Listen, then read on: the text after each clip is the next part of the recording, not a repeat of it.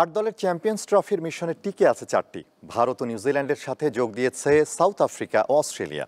বাদ পড়েছে ইংল্যান্ড, স্বাগতিক পাকিস্তান, বাংলাদেশ আর চমক জাগানিয়া আফগানিস্তান।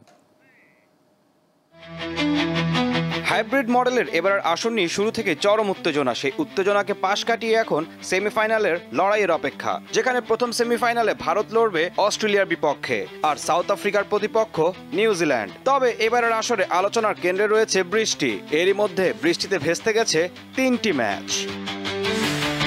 বাংলাদেশ স্বাগতিক পাকিস্তান ও নিউজিল্যান্ডকে হারিয়ে গ্রুপ চ্যাম্পিয়ন হয়েই সেমিফাইনালে ওঠে ভারত। এবারের আসরে রোহিত কোহলিদের প্রতিটি ম্যাচই হচ্ছে দুবাই আন্তর্জাতিক স্টেডিয়ামে। তারা ফাইনালে উঠলে সেখানেই হবে শিরোপা নির্ধারণীয় ম্যাচটি। 4 মার্চ হতে যাওয়া সেমিফাইনালের ম্যাচটিতে তাদের প্রতিপক্ষ অস্ট্রেলিয়া। ইংল্যান্ডের রেকর্ড গড়া রান টপকে জয়ের দেখা পাওয়া অজিরা বৃষ্টির কারণে সাউথ আফ্রিকা আর আফগানিস্তানের সাথে পয়েন্ট ভাগাভাগি করে।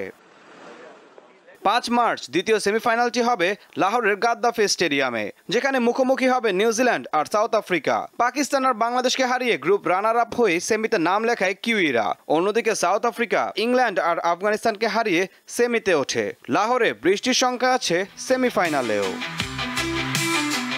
বড় অঘটনের জন্ম দিয়েছে ইংল্যান্ড। বি গ্রুপে কোনো ম্যাচ জিততে পারেনি বাটলার বাহিনী। এই আসর দিয়ে ওয়ানডেতে অধিনায়কত্ব ছেড়েছেন জশ বাটলার। স্বাগতিক পাকিস্তান ও বাংলাদেশ 1 পয়েন্ট করে পেলেও প্রথমবার চ্যাম্পিয়ন্স ট্রফি খেলা আফগানিস্তান ইংলিশদের হারিয়ে চমক দেখায়। ঈশান হাসান, দীপ্ত স্পোর্টস। চ্যাম্পিয়ন্স ট্রফি শেষ হওয়ার সঙ্গে সঙ্গে বাংলাদেশের ক্রিকেটে আপাতত শেষ হলো ফিল সিমন্স অধ্যায়। তবে চুক্তি নবায়নের সম্ভাবনা রয়েছে। এদিকে জিম্বাবুয়ের বিপক্ষে আসন্ন হোম সিরিজে মোহাম্মদ সালাউদ্দিনকে দেখা যেতে পারে প্রধান কোচের ভূমিকায়। ওয়েস্ট ইন্ডিজের সাবেক ক্রিকেটার ফিল সিমন্সকে চ্যাম্পিয়ন্স ট্রফি পর্যন্ত 6 মাসের জন্য বাংলাদেশ জাতীয় ক্রিকেট দলের কোচ নিয়োগ দিয়েছিল বিসিবি। সে দায়িত্ব শেষ হলেও বেতন ভাতা ও অন্যান্য শর্ত মিললে তিনি দীর্ঘমেয়াদী দায়িত্ব নিতে পারেন। এই 6 মাসের ট্রায়াল পিরিয়ডে বিসিবি সিমন্সকে দেখেছে বিভিন্ন দৃষ্টিকোণ থেকে। কোচ হিসেবে ব্যক্তিত্ব, খেলোয়াড়দের সঙ্গে আচরণ ও স্থানীয় কোচদের সঙ্গে রেখে শেখানোর আগ্রহ ছিল তার মধ্যে। এখন শুধু চুক্তির শর্ত বনলেই আগামী 2-2.5 বছরের জন্য বাংলাদেশ দলের দায়িত্ব পেয়ে যাবেন তিনি। সিনিয়র সহকারী কোচ হিসেবে চ্যাম্পিয়ন্স ট্রফি পর্যন্ত দায়িত্ব পালন করেছেন মোহাম্মদ সালাউদ্দিন।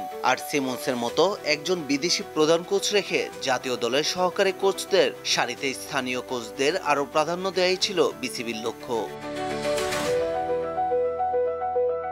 সিমন্সের সঙ্গে দীর্ঘমেয়াদী চুক্তির আনুষ্ঠানিকতা সাড়া না গেলে জিম্বাবুয়ের বিপক্ষে আসন্ন 3 ওয়ানডে ও 3 টি-20 হোম সিরিজে সালাউদ্দিন থাকবেন বাংলাদেশ দলের প্রধান কোচের ভূমিকায়।